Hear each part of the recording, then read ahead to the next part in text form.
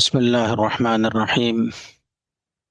الحمد لله رب العالمين، وأصلي وأسلم على أشرف الأنبياء والمرسلين نبينا محمد وعلى آله وصحبه أجمعين، وبعد. إخوتي الكرام، আমরা আলোচনা করছিলাম ইমাম ইবনে কুদামা রাহিমাহুল্লাহ রচিত এবং শেখ মুহাম্মদ ইবনে সালেহ আল উসাইমিন রাহিমাহুল্লাহর ব্যাখ্যাকৃত লুমাতুল ইতিকাদ থেকে।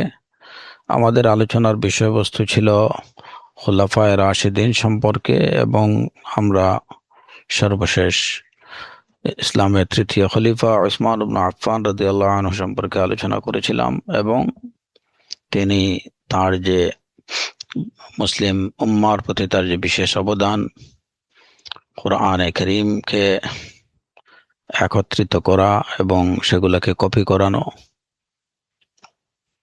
সে বিষয়ে আলোচনা করেছিলাম। আলহামদুলিল্লাহ, এই বিষয়ে আলোচনা আমরা গত সেশনে মোটামুটি কিছুটা ওই বিষয়ে আলোকপাত করে শেষ করতে পেরেছি। নাসআলুল্লাহ সুবহানাহু ওয়া তাআলা আল কবুল।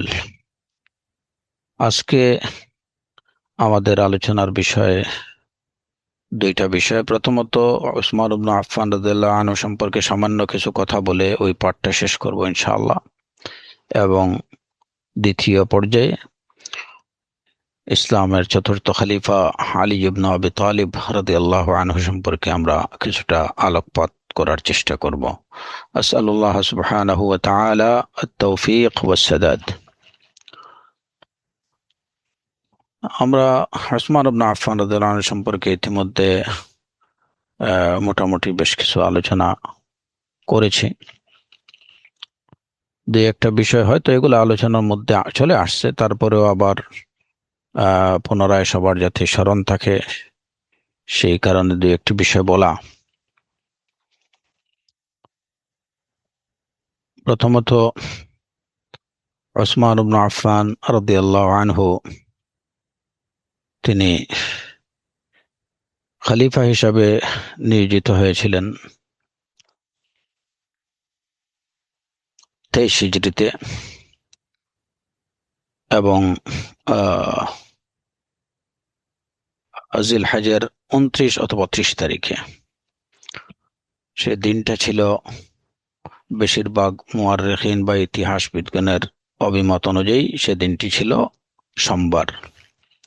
23 হিজরি সনের 29 অথবা 30 জিলহিজ্জা সোমবার তিনি খলিফা হিসাবে নিয়োজিত হয়েছিলেন, এবং মুহররমের প্রথম দিনে তিনি তার খলিফা হিসাবে কার্যক্রম শুরু করেছিলেন। 24 হিজরি সনের মুহররম মাসের প্রথম তারিখ থেকে তিনি খলিফা হিসাবে তার দায়িত্ব পালন করতে শুরু করেছিলেন, এবং তিনি একাধারে 12 বৎসর, কেউ বলেছেন যে 12 দিন কম 12 বৎসর খলিফা হিসাবে দায়িত্ব পালন করেন। অতঃপর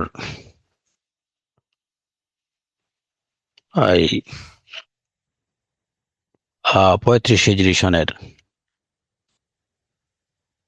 জিলহজ মাসের, কেউ বলেছেন 13 তারিখ এবং কারো কারো অভিমত হলো 18 তারিখ, তিনি শাহাদত বরণ করেন। প্রায় 40 দিনের মতো তার গৃহে অবরুদ্ধ করে রাখা হয়। অতঃপর সেদিন ছিল ইয়াউমুল জুমআহ, জিলহজ মাসের 18 অথবা 13 তারিখ, মতান্তরে 13 তারিখ। 35 হিজরি সনের 18 অথবা 13 তারিখ জুমাবার তিনি শাহাদত বরণ করেন। তার হত্যাকারী কে ছিল এই বিষয়ে বিভিন্ন নাম পাওয়া যায়। সুনির্দিষ্টভাবে এবং সুনিশ্চিতভাবে বলা যাচ্ছে না যে তার হত্যাকারী কে ছিল, তবে বেশিরভাগ জোরালো অভিমত হচ্ছে যে তার হত্যাকারী যে লোকটি ছিল, এটা তাকে বলা হতো আর রাজুলুল আসওয়াদ হিসাবে সে পরিচিত, কালো লোক হিসাবে সে পরিচিত। মূলত তার নাম ছিল কিনানা ইবনে বিশর, কিনানা ইবনে বিশর আত-তুজাইবি।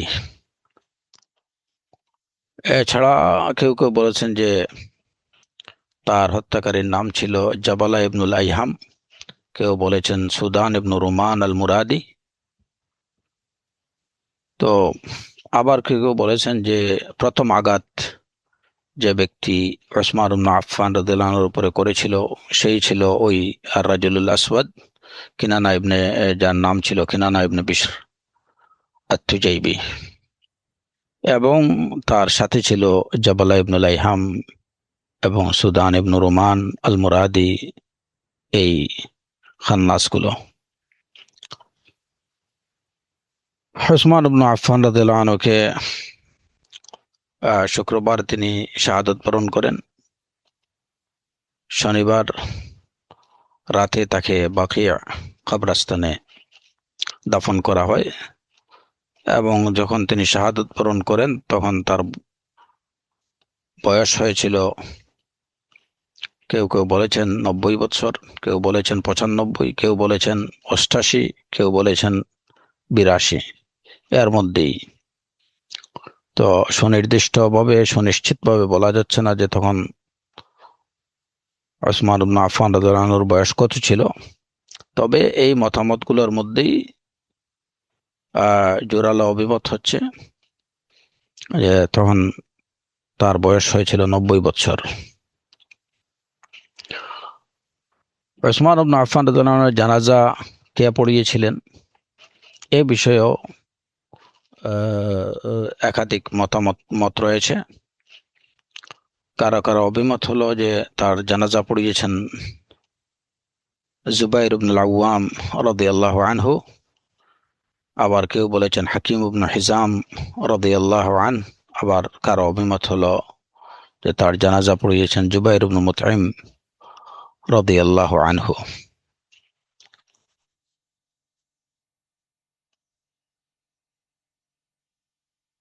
এই সাহাবী ইসলামের তৃতীয় খলিফার হাতে আল্লাহ সুবহানাহু ওয়া তাআলা অনেকগুলো নতুন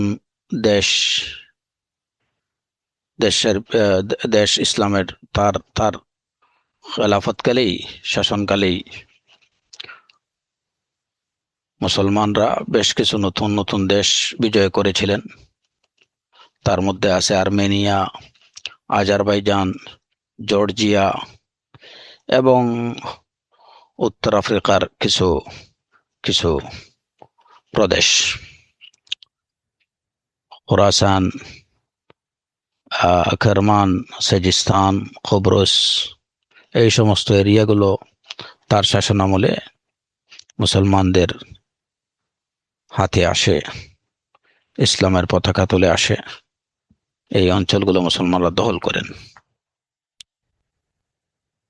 ওসমান রাদিয়াল্লাহু আনহুর এই যে তার শাহাদাতের যে ঘটনাগুলো আমরা বললাম, এখানে একটা উল্লেখযোগ্য বিষয়, এটা আগেও বলেছি আবারও বলছি, যে আমাদের মুসলিম উম্মার এই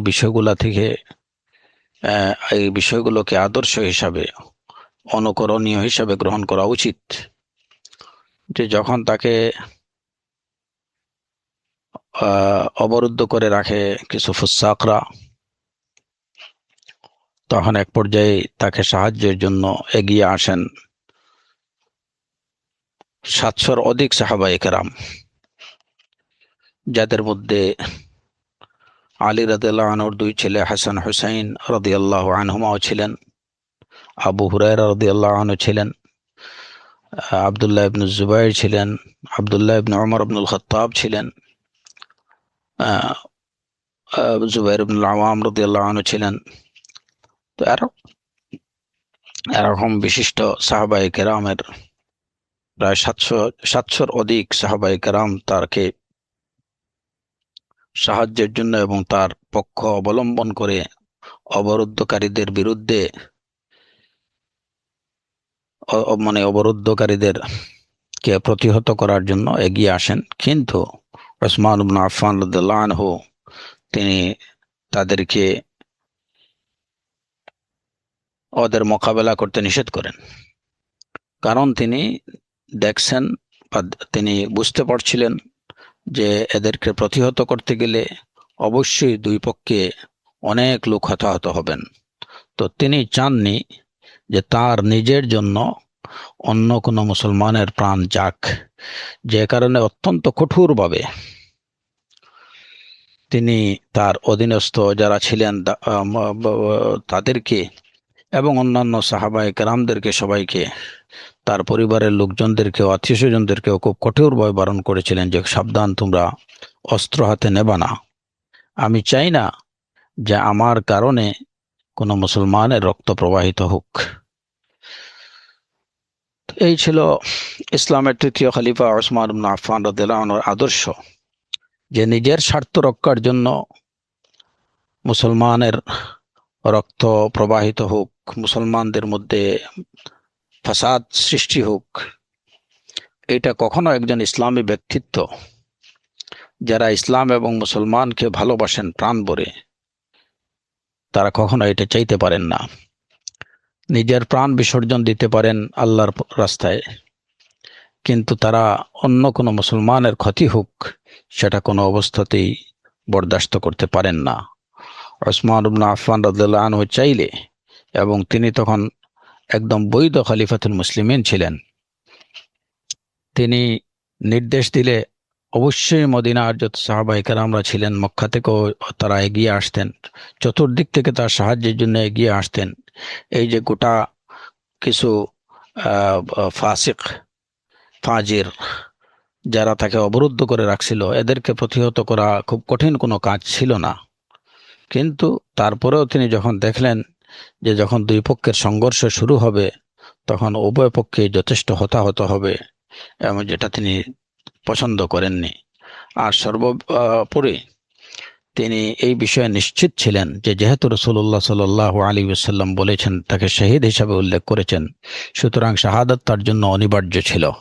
অতএব এখানে প্রতিহত করে কোনো লাভ নেই। অহেতুক মুসলমানদের মধ্যে পারস্পরিক রক্তক্ষরণ হবে, সেটা দরকার নেই। এর জন্য তিনি নিজেকে আল্লাহর পথে শাহাদতের জন্য মানসিকভাবে যেমন প্রস্তুত ছিলেন, তেমনি তিনি কোনো প্রতিরোধ ব্যতীতই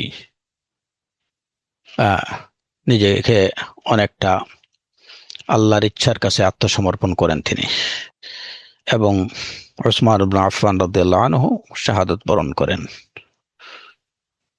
তাবাকাত ইবনে সাআদ এবং অন্যান্য তারিখ গ্রন্থে এখানে একটা বিষয় উল্লেখ আছে, যদিও এর বর্ণনা ধারাগুলো খুব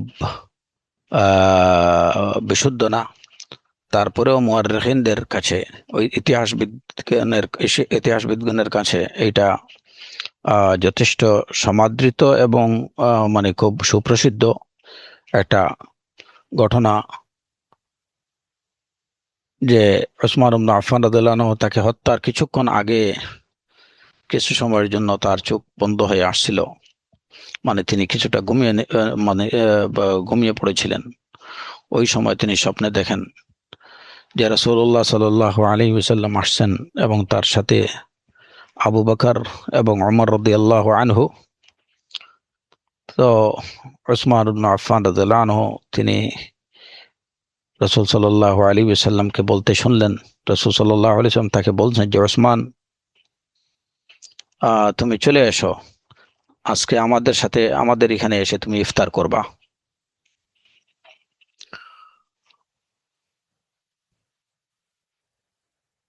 ওসমান ইবনে আফফান রাদিয়াল্লাহু আনহু যখন শাহাদাত বরণ করেন তখন তিনি রোজা অবস্থায় ছিলেন, এবং তারা এই অবরোধকারীরা দীর্ঘদিন থেকেই তাকে মিঠা পানি থেকে বঞ্চিত করে রাখছিল। তিনি অত্যন্ত তৃষ্ণার্ত ছিলেন। তো ওসমান ইবনে আফফান রাদিয়াল্লাহু আনহু ইসলাম গ্রহণের পর থেকেই তিনি সাওয়াম, খুব বেশি রোজা রাখতেন সাওয়াম হিসাবে, এবং খাওয়ামুল লাইল, রাতে অনেক বেশি তিনি নওয়াফিল আদায় করতেন এবং দীর্ঘক্ষণ দীর্ঘ সময় দাঁড়িয়ে তিনি কোরআনে কারীম তিলাওয়াত করতেন সালাতের মধ্যে। তো সাওয়াম এবং কওয়াম হিসাবে তিনি সাহাবায়ে কেরামদের মধ্যে অত্যন্ত সুপরিচিত ছিলেন এবং তাকে বলা হতো জাম্মাউল কোরআন, কোরআন জমাকারী, একত্রিতকারী। তো ইসলামের এই তৃতীয় খলিফা শাহাদত বরণের সময়ও, যেদিন তিনি মৃত্যুবরণ করেন, শাহাদত বরণ করেন, সেদিন তিনি রোজারত অবস্থা রোজাদার ছিলেন। তো এই রোজা রেখেই তিনি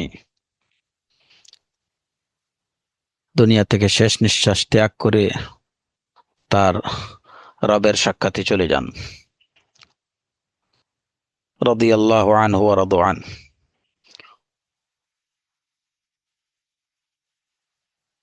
তো আল্লাহ সুবহানাহু ওয়া তাআলা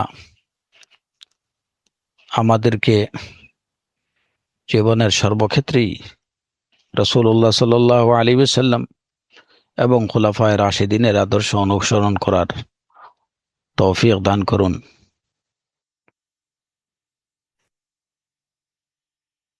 এই ছিল উসমান ইবনে আফফান রাদিয়াল্লাহু আনহু সম্পর্কে আমাদের আলোচনার এই শেষ পর্বের শেষ কথাগুলো।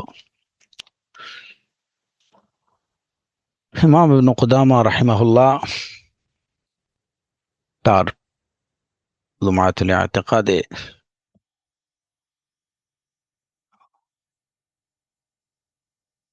ইসলামের চতুর্থ খলিফা আলী রাদিয়াল্লাহু আনহু সম্পর্কে বলেছেন যে উসমান রাদিয়াল্লাহু আনহুর পরে বলেছেন সুম্মা আলীউন রাদিয়াল্লাহু আনহু লিফাদলিহি ওয়া ইজমা'i আহলি আসরিহি আলাইহি।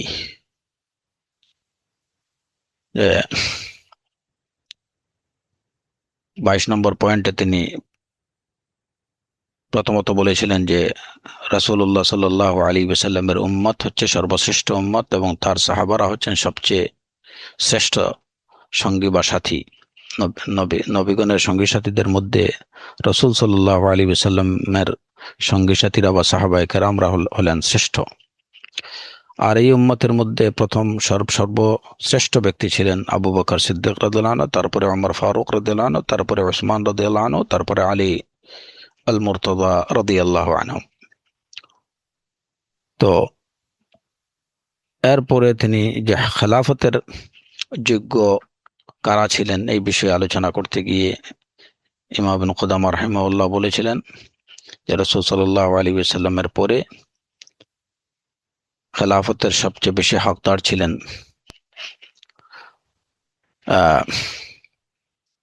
আবু বকর রাদিয়াল্লাহু আনহু, তারপরে ওমর রাদিয়াল্লাহু আনহু, তারপরে উসমান রাদিয়াল্লাহু আনহু। এবং কেন সে কারণগুলো তিনি বলেছেন লিতাকদিমি আহলি শুরা লাহু। এরপরে তিনি বলেছেন এরপরে আলী রাদিয়াল্লাহু আনহু। কেন আলী রাদিয়াল্লাহু আনহু উসমান রাদিয়াল্লাহু আনহুর পরে অন্যান্য সাহাবায়ে কেরামদের থেকে বেশি হকদার বা যোগ্য ছিলেন খেলাফতের জন্য আলী রাদিয়াল্লাহু আনহু? এর কারণ তিনি বলেছেন লিফাদলিহি ওয়া ইজমা'i আহলি আসরিহি আলাইক। এটার কারণ ছিল যে আলী রাদিয়াল্লাহু আনহুর তার যে মর্যাদা বা তার যে বৈশিষ্ট্য এবং মর্যাদা সাহাবায়ে কেরামদের মধ্যে সমাদৃত ছিল, সেই কারণে অন্যান্য সাহাবায়ে কেরামদের থেকে তিনি বেশি মর্যাদাবান ছিলেন এবং তার বায়াতের ব্যাপারে তার সময়ে যারা যে সকল সাহাবায়ে কেরাম ছিলেন তারা ঐক্যমত্য ছিলেন। তো সেই কারণে তার সময়কার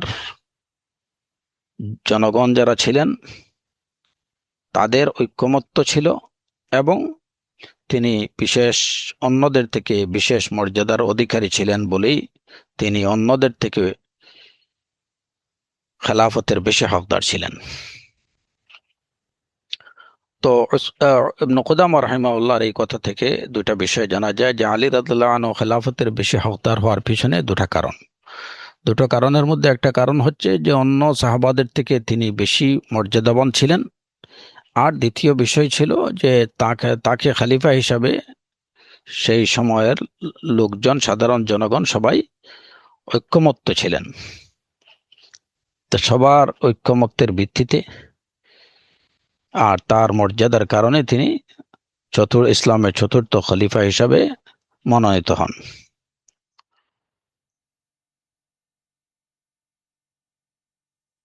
এরপরে ইমাম ইবনে কুদামা রাহিমাহুল্লাহ বলেছিলেন যে এই চারজন وهؤلاء الخلفاء الراشدون والأئمة المهديون الذين قال النبي صلى الله عليه وسلم فيهم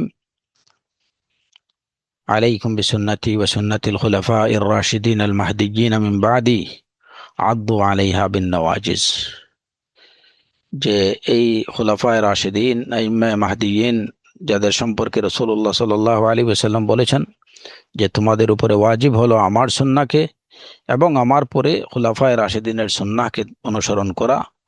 তোমরা আদ্দু আলাইহা বিন নওয়াজিজ, এটাকে মাড়ি দাঁত দিয়ে কামড়ে ধরো, মানে অত্যন্ত শক্তভাবে আঁকড়ে ধরো। ওয়াকালা সাল্লাল্লাহু আলাইহি ওয়াসাল্লাম, এবং রাসূল সাল্লাল্লাহু আলাইহি ওয়াসাল্লাম বলেছেন আল খিলাফাতু মিন বাদি 30 সানা, আমার পরে খেলাফত হবে 30 বছর। ফাকানা আখিরুহা খিলাফাতু আলী রাদিয়াল্লাহু আনহু, সেই 30 বছর হিসাবে সর্বশেষ খেলাফত ছিল আলী রাদিয়াল্লাহু আনহুর। এতটুকু ছিল ইমাম ইবনে কুদামা রাহিমাহুল্লাহর বক্তব্য। আর এই বক্তব্যের প্রেক্ষিতে শেখ মুহাম্মদ ইবনে সালেহ আল উসাইমিন রাহিমাহুল্লাহ তিনি যা বলেছেন সেটা হয়তো এর অনেকটাই ইতিমধ্যে আমরা পড়েছি, এবং শেষ যেখানে এসে আমরা ইমাম শেখ মুহাম্মদ ইবনে সালেহ আল উসাইমিন রাহিমাহুল্লাহর বক্তব্য যেখানে এসে আমরা থামছিলাম সেটা ছিল আলী হুয়া আবুল হাসান আলী ইবনে আবি তালিব। এই বক্তব্যটুকু হচ্ছে শেখ উসাইমিন রাহিমাহুল্লাহর। وعلي هو أبو الحسن علي بن أبي طالب واسم أبي طالب عبد مناف ابن عبد المطلب। যে আলী রাদিয়াল্লাহু আনহু তিনি হলেন আবুল হাসান, যেটা তার কুনিয়া, আবুল হাসান আলী ইবনে আবি তালিব। আর আবু তালিব এটা কিন্তু নাম না, আবু তালিব এটা ছিল কুনিয়া। আবু তালিবের নাম ছিল আব্দু মানাফ ইবনু আব্দুল মুত্তালিব। তো আলী রাদিয়াল্লাহু আনহুর পিতার নাম ছিল আব্দে মানাফ, যার কুনিয়া ছিল আবু তালিব, আর আব্দে মানাফের বা আবু তালিবের বাবার নাম ছিল আব্দুল মুত্তালিব। তো তার মানে হলো যে আলী রাদিয়াল্লাহু আনহুর দাদার নাম ছিল আব্দুল মুত্তালিব, আর এইদিকে রাসূলুল্লাহ সাল্লাল্লাহু আলাইহি ওয়াসাল্লামের দাদার নামও ছিল, দাদা ছিলেন সেই একই ব্যক্তি আব্দুল মুত্তালিব।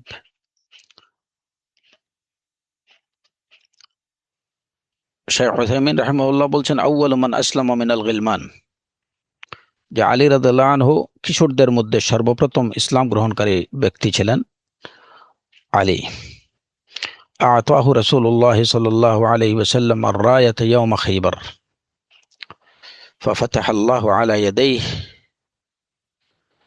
খায়বার যুদ্ধে রাসূল সাল্লাল্লাহু আলাইহি ওয়াসাল্লাম তার হাতে ঝান্ডা উঠিয়ে দিয়েছিলেন, ইসলামের পতাকা তার হাতে তুলে দিয়েছিলেন, এবং আল্লাহ আযজা ওয়া জাল্লা আলী রাদিয়াল্লাহু আনহুর হাতে খায়বারের বিজয় এনে দিয়েছিলেন। ওয়া বুইআ বিল খিলাফাতি বা'দা কতল উসমান রাদিয়াল্লাহু আনহুমা, আর উসমান রাদিয়াল্লাহু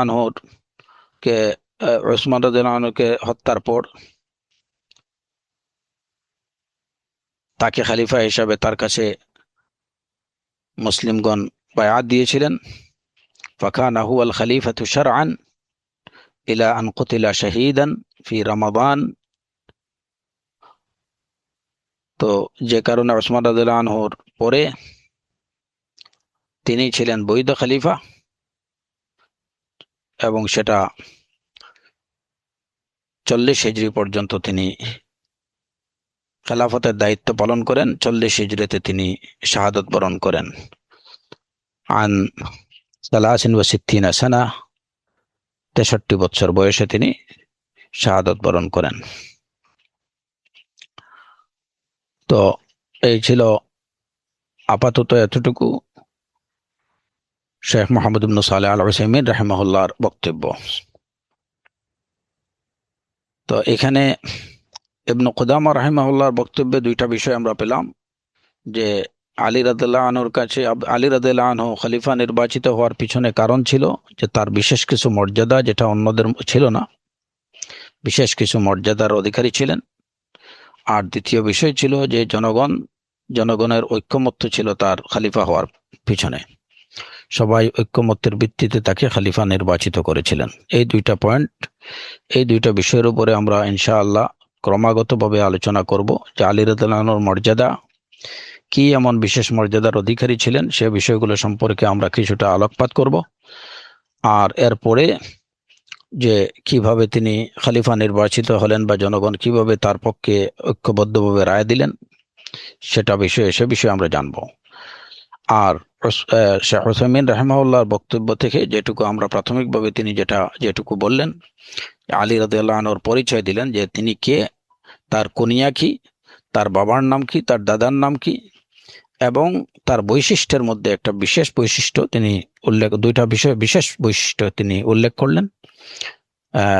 প্রথমত যে তিনি কিশোরদের মধ্যে সর্বপ্রথম ইসলাম গ্রহণকারী ছিলেন, এটা ছিল তার বিশেষ বৈশিষ্ট্য। আরেকটা বৈশিষ্ট্যের কথা উল্লেখ করলেন শাহ উসাইমিন রাহিমাহুল্লাহ, সেটা হলো যে খায়বার যুদ্ধে রাসূলুল্লাহ সাল্লাল্লাহু আলাইহি ওয়াসাল্লাম তার হাতে পতাকা তুলে দিয়েছিলেন এবং মুসলমানরা খায়বারের বিজয় অর্জিত হয় তার হাত ধরেই। এই দুটা বিষয় তার বিশেষ বৈশিষ্ট্য বা মর্যাদার মধ্যে পড়ে। আর তৃতীয় বিষয় যেটা শাহ উসাইমিন রাহিমাহুল্লাহ এখানে উল্লেখ করছেন যে ওসমান রাদিয়াল্লাহু আনহুর নিহত হওয়ার পর, শাহাদাত বরণের পর খলিফা হিসাবে তাকে বায়াত দেয়া হয়, তিনি খলিফা নির্বাচিত হন।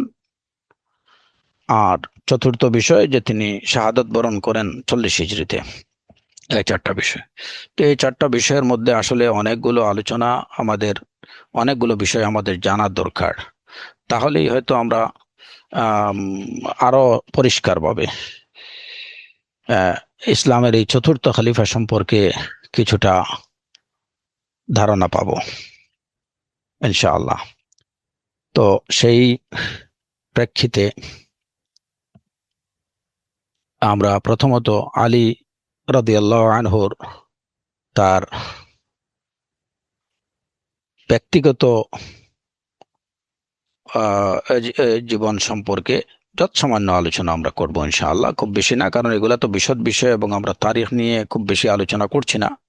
কিন্তু যতটুকু জানা আমাদের দরকার, হয়তো আমরা ততটুকু কভার করতে পারবো না, কিন্তু এর মধ্যে ইম্পর্টেন্ট বা উল্লেখযোগ্য কিছু কিছু বিষয় উল্লেখ করব। প্রথমত আলী রাদিয়াল্লাহু আনহু, তিনি, তার নাম তো আলী, পিতা আব্দে মনাফের কুনিয়া ছিল আবু তালিব, কিন্তু আবু তালিব হিসেবেই তিনি সবচেয়ে বেশি, আলী ইবনে আবি তালিব হিসেবেই তিনি বেশি অধিক পরিচিত। তো আলী রাদিয়াল্লাহু আনহু এবং রাসূলুল্লাহ সাল্লাল্লাহু আলাইহি ওয়াসাল্লামের দাদা একই, দুইজনের একই দাদা। আলী রাদিয়াল্লাহু আনহুর পিতা আবু তালিব আর আবু তালিবের পিতা আব্দুল মুত্তালিব। এদিকে রাসূলুল্লাহ সাল্লাল্লাহু আলাইহি ওয়াসাল্লামের পিতার নাম ছিল আব্দুল্লাহ এবং তার দাদার নাম ছিল আব্দুল মুত্তালিব। তো সেই দৃষ্টিতে সেই দিক থেকে মূলত আলী রাদিয়াল্লাহু আনহু রাসূলুল্লাহ সাল্লাল্লাহু আলাইহি ওয়াসাল্লামের চাচাতো ভাই ছিলেন। আলী রাদিয়াল্লাহু আনহুর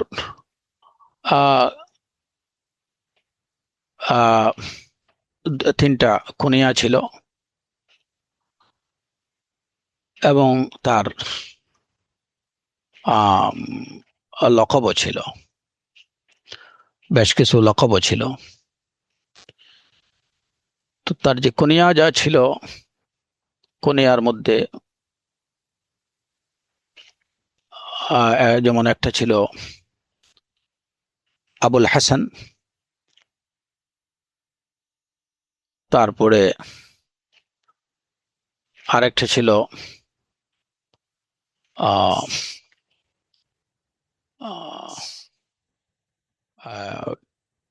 তাকে বলা হতো আবু তুরাব অথবা আবু তুরাব, এবং তার আরেকটা কুনিয়া ছিল, সেটা হলো আবু সিবতাইন। তো এর মধ্যে তিনি সর্বাধিক পরিচিত ছিলেন আবু তুরাব হিসাবে। এই কুনিয়া দিয়ে তিনি সবচেয়ে বেশি প্রসিদ্ধ ছিলেন। তারপরে আবুল হাসান নাম কুনিয়া নামেও তিনি পরিচিত ছিলেন। আবার তাকে কখনো আবুল হাসান ওয়াল হুসাইনও ডাকা হতো, আর কখনো তাকে আবু সিবতাইন বলে ডাকা হতো। তো এই তিনটা ছিল তার কুনিয়া। এবং লাকাব বা উপাধির মধ্যে তার প্রসিদ্ধ উপাধি ছিল প্রথমত হায়দার, তারপরে তিনি তার আরেকটা উপাধি ছিল এই যখন তিনি খলিফাতুল মুসলিমিন হলেন, আমিরুল মুমিনিন, আল খলিফাতুর রাশিদ। তাকে মুর্তবা, এটাও তার উপাধি বা লাকাব ছিল, যদিও এই লাকাবটা মানে লাকাব হিসাবে খুব বেশি সুপ্রসিদ্ধি পায়নি। তবে ইমাম আবু হানিফা রাহিমাহুল্লাহর এই যে নামে আল ফিকহুল আকবর, তার নামে যে বইটা বলা হয়, যে এটা ইমাম আবু হানিফা রাহিমাহুল্লাহর আল ফিকহুল আকবর, সেই আল ফিকহুল আকবরে ইমাম এই আলী রাদিয়াল্লাহু আনহুর এই উপাধির কথা উল্লেখ আছে। শুধুমাত্র এই বইটাতেই এই যে মুর্তবা, এই লকবটা আলী রাদিয়াল্লাহু আনহুর লকব হিসাবে ইমাম আবু হানিফার দিকে যে বইটার নিসবত করা হয় আল ফিকহুল আকবর, সেই বইটিতে এই উপাধিটার কথা আসছে। এরপরে যে হানাফি সমাজে আলী রাদিয়াল্লাহু আনহুর লকব হিসাবে মুর্তদা, আলী ইল মুর্তদা, আসাদুল্লাহ আল গালিব, এই উপাধিগুলো বহুল ব্যবহৃত হয় তার উপাধি হিসাবে, লকব হিসাবে।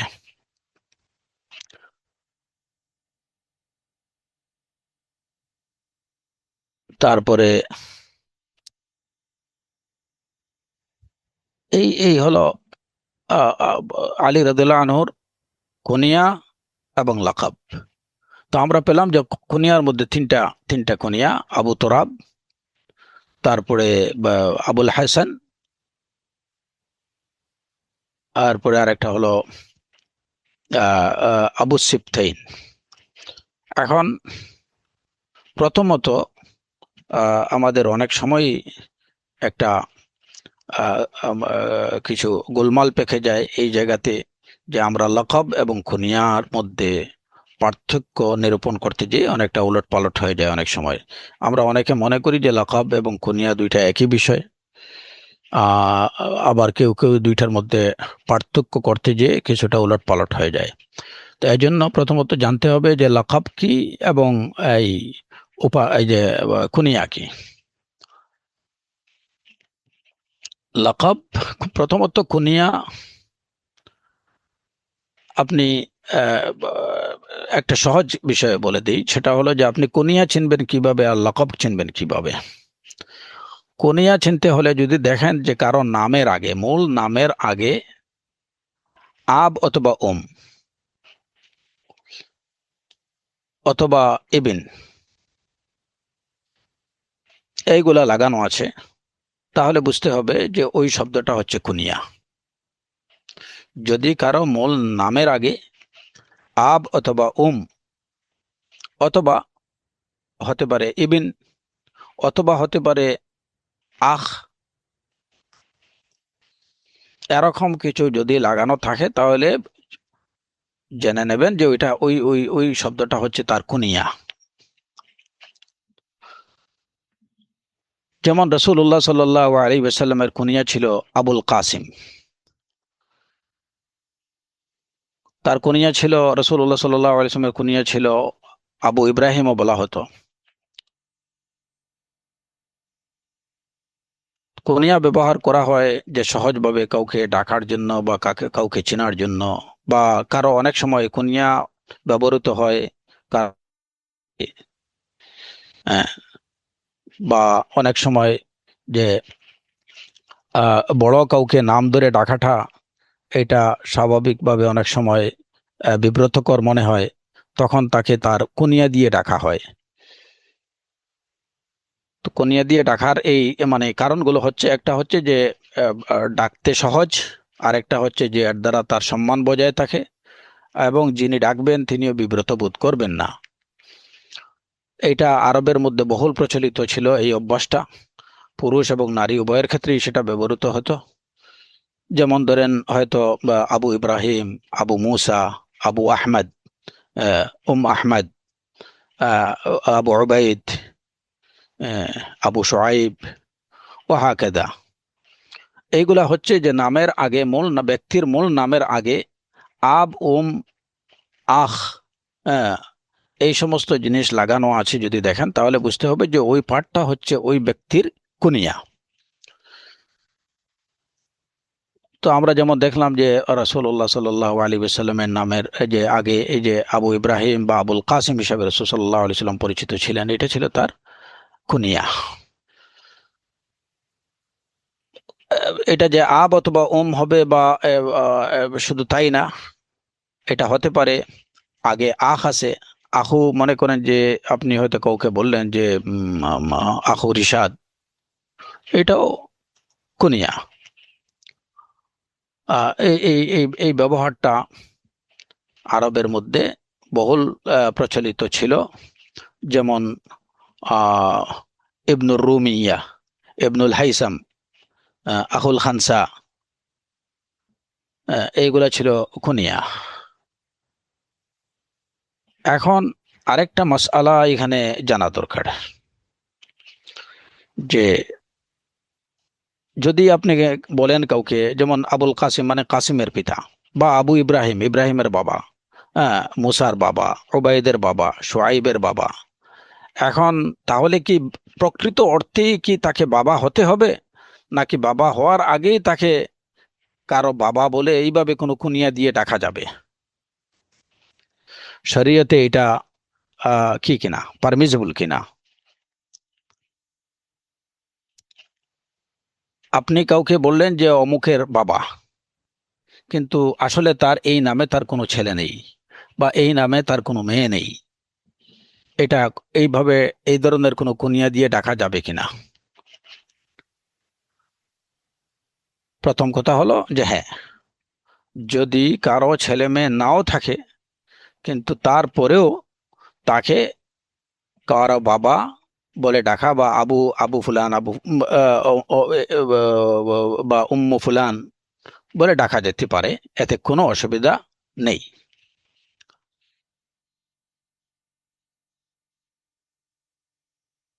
এটার দলিল কি, সেই দলিলের আলোচনায় আমরা আসতেছি ইনশাআল্লাহ। শুধু এটুকু মনে রাখেন যে এটা এইভাবে যদি কারো কোনো ছেলে মেয়ে নাও থাকে, তারপরেও কুনিয়া হিসাবে তাকে অমুকের বাবা হিসাবে কুনিয়া, এই কুনিয়াতে তাকে ডাকা যাবে। অমুকের ছেলে, যেমন অনেকে আছেন যে তার যেমন ইবনুল কাইয়িম, আমরা বলি ইবনুল কাইয়িম। ইবনুল কাইয়িম যদিও এটা কিনা কুনিয়া না, কাইয়িম তার বাবার নাম। আহ, এই নামে তিনি সর্বাধিক পরিচিত। আর কাইয়িম তার বাবা আসলে ইবনুল কাইয়িম রাহিমাহুল্লাহ, তার বাবার নামও কিন্তু কাইয়িম ছিল না, এটা তার দাদার সাথে সম্পর্কিত। তো যে কারণে আমরা এই কুনিয়া দিয়ে তিনি সবচেয়ে বেশি প্রসিদ্ধি লাভ করেছেন, ইবনু তাইমিয়া। হ্যাঁ,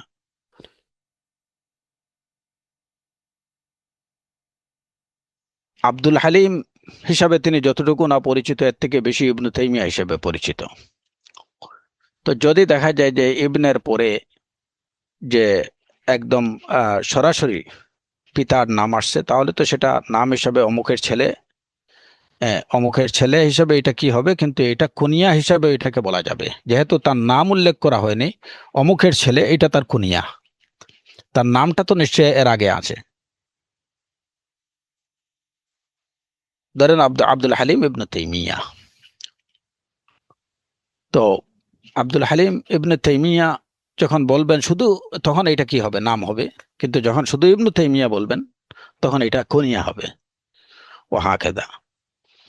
এখন যদি কারো ছেলে সন্তান নাও থাকে, তাকে ওই নামে বা ওই কুনিয়াতে ডাকা যাবে। তো আমরা কি পেলাম এখানে, যে যদি নামের আগে, মূল নামের আগে আব অথবা থাকে, উম্মু ফুলান, আবু ফুলান, আখু ফুলান, ইবনু ফুলান, এগুলা কুনিয়া। যেমন আমরা ইবনুর রুমিয়া, ইবনুল হাইসাম, আখুল খানসা, এইগুলা ছিল কুনিয়া।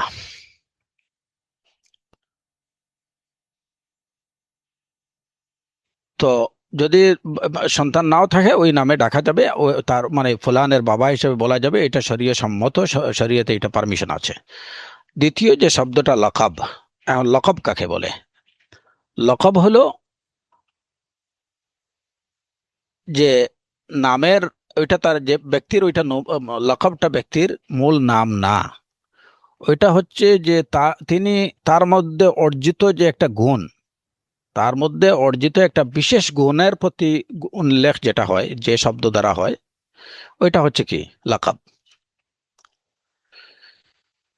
ব্যক্তির মধ্যে যে অর্জিত যে বিশেষ গুণ, সেই বিশেষ গুণের প্রতি, বিশেষ গুণের উল্লেখ করা হয়, ওই বিশেষ গুণ দ্বারা যখন ব্যক্তিকে পরিচিত করা হয়, পরিচয় দেওয়া হয়, তো সেই বিশেষ গুণটাকে লাকাব বলা হয়।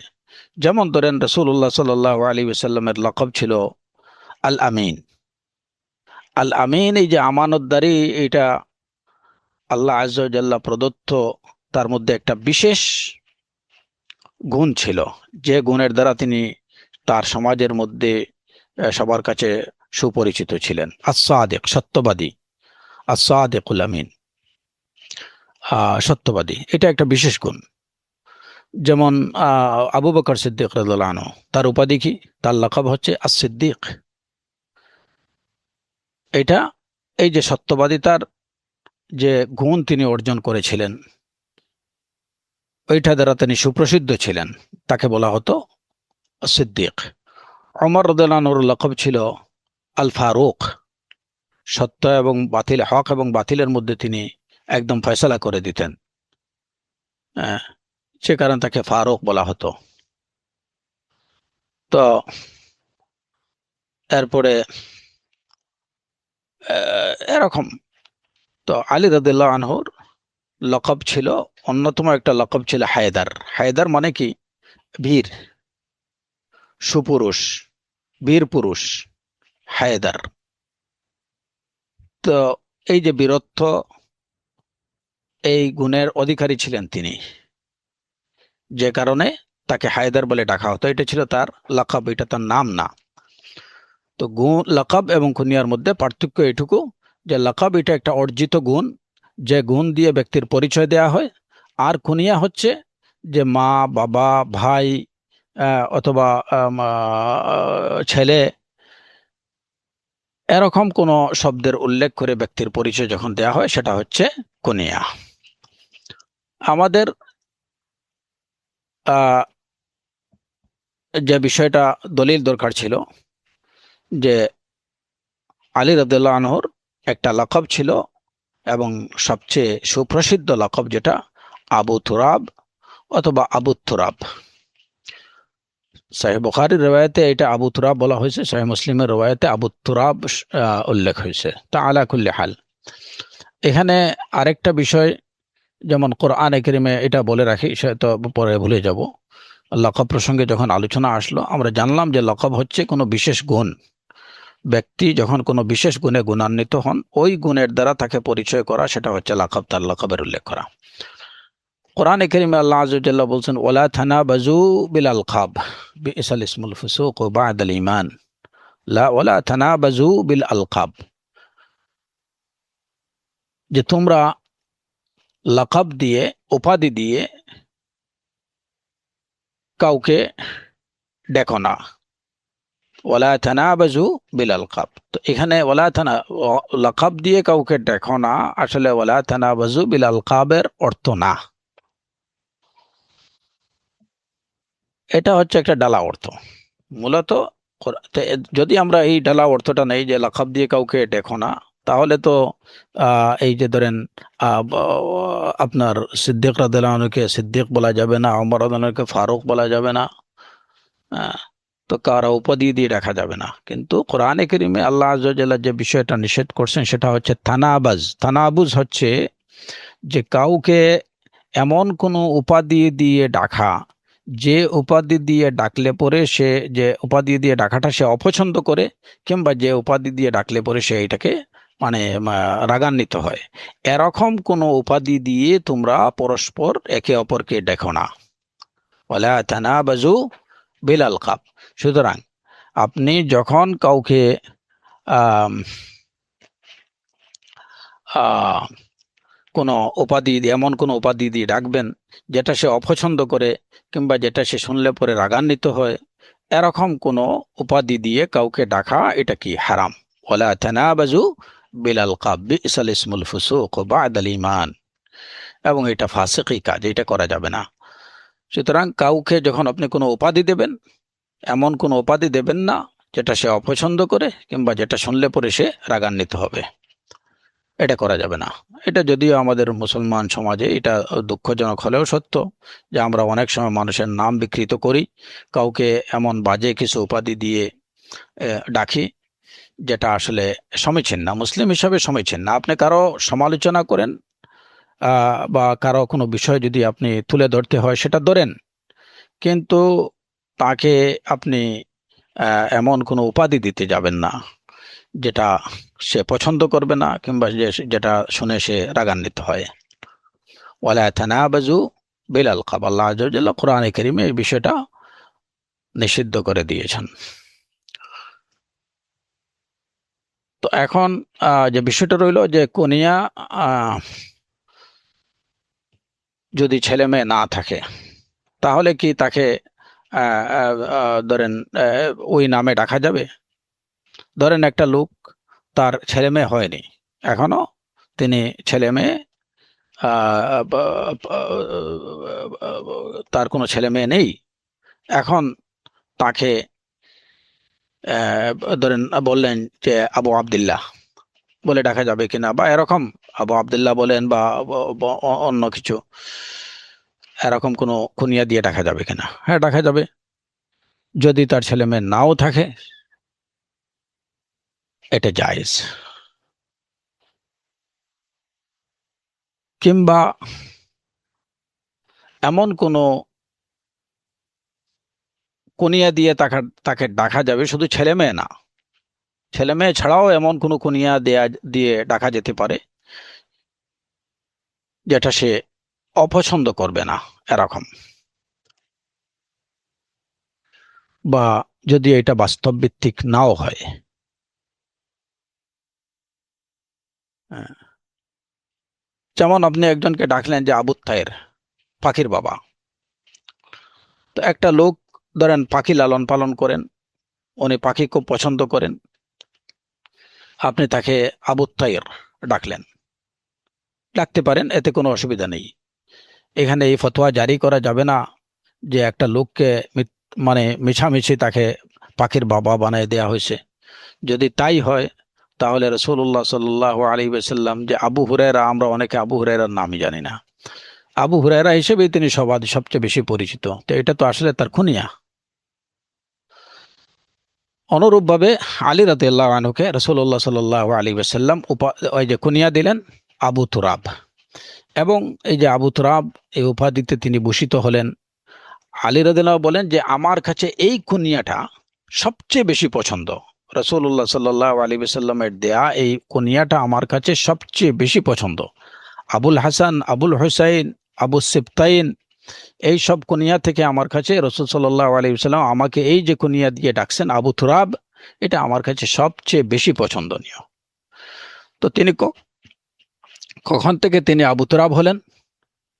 এই বিষয়ে সাহিহ বুখারীর হাদিস এবং এই হাদিসটা অনুরূপ সাহিহ মুসলিমের মধ্যেও আছে। সাহাল ইবনে সাদ রাদিয়াল্লাহু আনহু থেকে বর্ণিত যে একবার রাসূলুল্লাহ সাল্লাল্লাহু আলাইহি ওয়াসাল্লাম বাইতা ফাতিমা فلم يجد عليا في البيت فقال أين ابن عمك؟ قالت كان بيني وبينه شيء فغضبني فخرج فلم يقل عندي فقال رسول الله صلى الله عليه وسلم لإنسان انظر أين هو؟ فجاء فقال يا رسول الله هو في المسجد راقد. فجاء رسول الله صلى الله عليه وسلم وهو مضطجع قد سقط رداؤه عن شقه وأصابه تراب فجعل رسول الله صلى الله عليه وسلم يمسحه عنه ويقول قم أبا تراب قم أبا تراب. এই বর্ণনা হচ্ছে সাহিহ বুখারীর। আর সাহিহ মুসলিমেও অনুরূপ বর্ণনা, শুধুমাত্র একটা শব্দ খুম আবাত তুরাব, খুম আবাত তুরাব। রাসূল সাল্লাল্লাহু আলাইহি ওয়াসাল্লাম বলছেন তাকে আবাত তুরাব অথবা আবু তুরাব। তো এখানে এই হাদিসের যে মর্মার্থটা হলো, সাহাল ইবনে সাদ রাদিয়াল্লাহু আনহু থেকে বর্ণিত যে একদা রাসূল সাল্লাল্লাহু আলাইহি ওয়াসাল্লাম ফাতিমা রাদিয়াল্লাহু আনহার ঘরে প্রবেশ করলেন। এখানে আলী রাদিয়াল্লাহু আনহুকে ঘরে পেলেন না। তো তিনি ফাতিমা রাদিয়াল্লাহু আনহাকে জিজ্ঞেস করলেন, তোমার চাচাতো ভাই কোথায়? তো ফাতিমা রাদিয়াল্লাহু আনহা বললেন যে আমার এবং আলীর মধ্যে কিছু একটা ঘটনা ঘটছে। তিনি আমাকে রাগান্বিত করে ফেলছিলেন। এরপরে আলী বেরিয়ে গেছেন, তিনি ঘরে কায়লুলা করেননি। কায়লুলা হচ্ছে দুপুরের বিশ্রামটাকে বলা হয় কায়লুলা। যে আলী আমাকে একটু চটাই দিয়েছেন, আর চটাই দিয়ে তিনি বের হয়ে গেছেন, ঘরে তিনি কায়লুলা করেননি। তো রাসূলুল্লাহ সাল্লাল্লাহু আলাইহি ওয়াসাল্লাম আর এক ব্যক্তিকে বললেন যে দেখো তো আলী কোথায়? তো ওই ব্যক্তি খুঁজে এসে বললেন, ইয়া রাসূলুল্লাহ, আলী মসজিদে ঘুমিয়ে আছেন।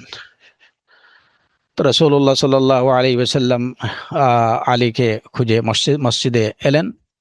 এসে দেখলেন যে আলী শুয়ে আছেন এবং তার পিঠে থেকে চাদর সরে গেছে, তার পিঠের মধ্যে মাটি লেগে আছে।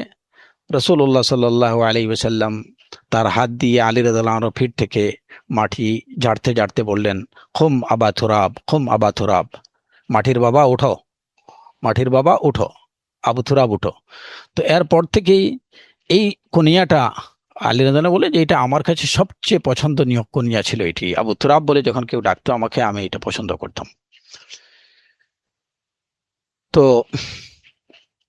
এই উপাধি লাভের পিছনের ঘটনা হলো এইটুকু। আমরা এই সাহিহ বুখারী এবং মুসলিমে আলী রাদিয়াল্লাহু আনহুর এই আবু তুরাব, এই কুনিয়া লাভের পিছনে যে ঘটনাটা, সেই ঘটনা বর্ণিত এই হাদিস নিয়ে যৎসামান্য একটু আলোচনা করব। এখানে এই আলোচনাতে যাওয়ার আগে আরেকটা বিষয় বলে রাখি যে আমরা জানলাম যে আলী রাদিয়াল্লাহু আনহুর আরেকটা কুনিয়া ছিল কি? আবু সিবতাইন। আবু সিবতাইন, আবু সিবতাইন, সিবতুন বলা হয় মানে নাতিকে বলা হয় সিবত। কিন্তু এখানে আরেকটা শব্দ আছে, সেটা হচ্ছে হাফিদ। হাফিদ, এটাও হাফিদের অর্থ হচ্ছে নাতি। তাহলে আলী রাদিয়াল্লাহু আনহুকে আবু সিবতাইন কেন বলা হতো? আবু সিবতুন হলো নাতি, আর সিবতাইন হলো তার দ্বিবচন, মানে দুই নাতির বাবা, দুই নাতির বাবা। তো যদি সিবতুনের অর্থ নাতি হয়, আবার হাফিদের অর্থ নাতি হয়, তাহলে আবুল হাফিদাইন তাকে কেন বলা হয় না, আবু সিবতাইন কেন বলা হয়? এখানে পার্থক্য আছে, এটা মনে রাখবেন যে ইসলামের মধ্যে বেশ কিছু সামাজিক পরিভাষা আছে যেগুলোকে বেশ কিছু সময়, বা আমরা এভাবে বলতে পারি বেশ কিছু সামাজিক পরিভাষা যেগুলোকে ইসলাম সমর্থন করে, যেগুলোকে ইসলাম সমর্থন করে। সিবতুন হলো মেয়ের ঘরের নাতি, তাকে বলা হয় সিবত। এবং এটা আমরা জানি যে হাসান এবং হুসাইন রাসূলুল্লাহ সাল্লাল্লাহু আলাইহি ওয়াসাল্লামের অত্যন্ত আদরের দুই নাতি ছিলেন, এবং তারা ছিলেন ফাতিমা রাদিয়াল্লাহু আনহার ঘরের, ফাতিমার সন্তান, তার মেয়ের ঘরের দুই নাতি। এর জন্য আলী রাদিয়াল্লাহু আনহু বলা হতো, আলী রাদিয়াল্লাহু আনহুর কুনিয়া ছিল আবু সিবতাইন, অর্থাৎ হাসান এবং হুসাইনের বাবা উদ্দেশ্য করা হতো এইটুকুই, সিবতাইন।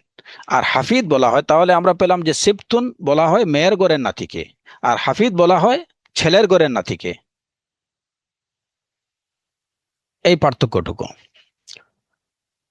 তো যে কথাটি আমরা বলছিলাম যে ইসলামে সামাজিক অনেক পরিভাষা আছে, যে পরিভাষাগুলোকে ইসলাম সমর্থন করে। আর এই যে ইসলাম সমর্থন করে, এর পিছনে আমরা যদি হাদিস দেখি তাহলে এর অনেক দলিল পাওয়া যায়। এর মধ্যে একটা মাসআলা, যেমন আহ, অনেক সময় আমরা কিছু কিছু সকল আহলুল হাদিসদের বলতে শুনি, যেমন শ্বশুর শাশুড়িকে বাবা মা বলা যাবে না, কিংবা তাদেরকে আঙ্কেল আন্টি বলা যাবে না। তো মানে বা এর সমার্থক যে শব্দগুলো, এটা বলা যাবে না। কিন্তু এই কথাটা আসলে ঠিক না, এই কথাটি ঠিক না। কারণ হচ্ছে যে শ্বশুর শাশুড়ি তারা বিশেষ মর্যাদা পাওয়ার দাবিদার, এবং বিয়ের সম্পর্কের কারণে তাদের সাথে যে সম্পর্কটুকু হয়, এই সম্পর্কটা অনেক ক্ষেত্রে বংশের সম্পর্কের অনেক ক্ষেত্রে বংশের সম্পর্কের সাথে এটা সামঞ্জস্য থাকে। যেমন মাকে যেমন বিয়ে করা যায় না, শাশুড়িকে তেমনি বিয়ে করা যায় না। তো এরকম বেশ কিছু বিষয় আছে।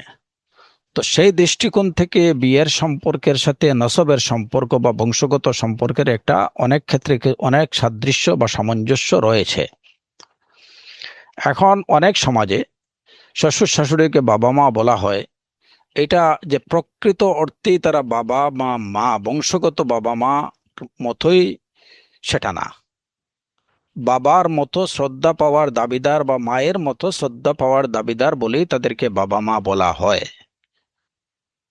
শ্বশুরকে ছেলের পক্ষ থেকে মানে মানে মেয়ের বাবা মাকে বাবা মা বলা হোক, অথবা মেয়ের তার শ্বশুর শাশুড়িকে বাবা মা বলে ডাকুক, সেটা ইসলাম অনুমোদন করে। এই যে সামাজিক শব্দগুলো, এগুলো ইসলামের সমাদৃত। যেমন ধরেন এই যে নাতি পুতি, বা ওই যে ধরেন ছেলের ঘরের হোক বা মেয়ের ঘরের হোক, তো দাদা আসলে এটা পিতৃগোত্রীয় লোক। বাবা দাদা পিতৃগোত্রীয় লোক, দাদা বা দাদার দাদা, দাদার দাদা, দাদার বাবা, বাবার বাবা, এরা সবাই কিন্তু পিতৃগোত্রীয় লোক। ওই হিসাবে যদিও কি দাদা তিনিও বাবা, কিন্তু সামাজিকভাবে বাবা এবং দাদার মধ্যে পরিচয় করার দেওয়ার জন্য এখানে কি আছে, যেমন আমাদের বাঙালি সমাজে দাদাকে দাদা বলা হয়, দাদাকে বাবা বলা হয় না, যদিও দাদা পিতৃগোত্রীয় লোক। তো অনুরূপভাবে এই দাদার জন্য একটা আলাদা শব্দ জাদ্দুন, নাতির জন্য একটা শব্দ। নাতি যদিও কি ছেলেগোত্রীয়, নাতি ছেলেগোত্রীয় লোক, কিন্তু তারপরেও নাতির জন্য আলাদা শব্দ আছে, সেটা কি সিবতুন, হাফিদুন। আর ডিরেক্টলি ছেলের জন্য কি আছে, ওয়ালাদুন, ইবনুন, এই শব্দগুলো আছে। তো এগুলা ইসলামে গ্রহণযোগ্য, এইগুলা ব্যবহারের মধ্যে কোনো অসুবিধা নেই। তো শ্বশুর শাশুড়িকে বাবা মা বলা, এটাতে কোনো অসুবিধা নেই। যে এটা কেউ যে নিজের মানে বংশের বা নিজের আপন বাবা, ঔরস মানে যার ঔরসে তার জন্ম, সেই বাবার মতো তার, সেটা সে বলছে না, বাবার মতো। সেই কারণে বাবা বলা, মায়ের মতো মা বলা, এটা ইসলামে অনুমোদিত। এবং এই বিষয়ে আমাদের উলামায়ে কেরাম যারা আছেন, শাহ হুসাইমিন রাহিমাহুল্লাহ, শাহ বিন বাজ রাহিমাহুল্লাহ সহ যত আইম্মায়ে কেরাম, উলামায়ে কেরামরা আছেন, সবাই বলছেন যে এতে কোনো অসুবিধা নেই, এটা এভাবে ডাকা যাবে। কোনো সমাজে যদি শ্বশুর শাশুড়িকে কোনো বিশেষ ভাবে ডাকার জন্য কোনো বিশেষ শব্দ থাকে, তাহলে সেটা অনুসরণ করা যাবে, তাতে কোনো অসুবিধা নেই। সুতরাং এই সমস্ত বিষয়ে জাতিকে বিভ্রান্ত করা, আজে বাজে ফতোয়া দেয়া, এগুলা জাহিল জুহালদের কাজ, এগুলা থেকে সতর্ক এবং সাবধান থাকা উচিত। আল্লাহ আজ্জা ওয়া জাল্লা আমাদেরকে আমাদের দিন সঠিকভাবে জানার, বুঝার এবং মেনে চলার তৌফিক দিন। ওয়া আখিরু দাওয়ানা আলহামদুলিল্লাহি রাব্বিল আলামিন ওয়া সাল্লাল্লাহু ওয়া সাল্লামা আলা নাবিয়িনা মুহাম্মদ ওয়া আলা আলিহি ওয়া সাহবিহি আজমাইন।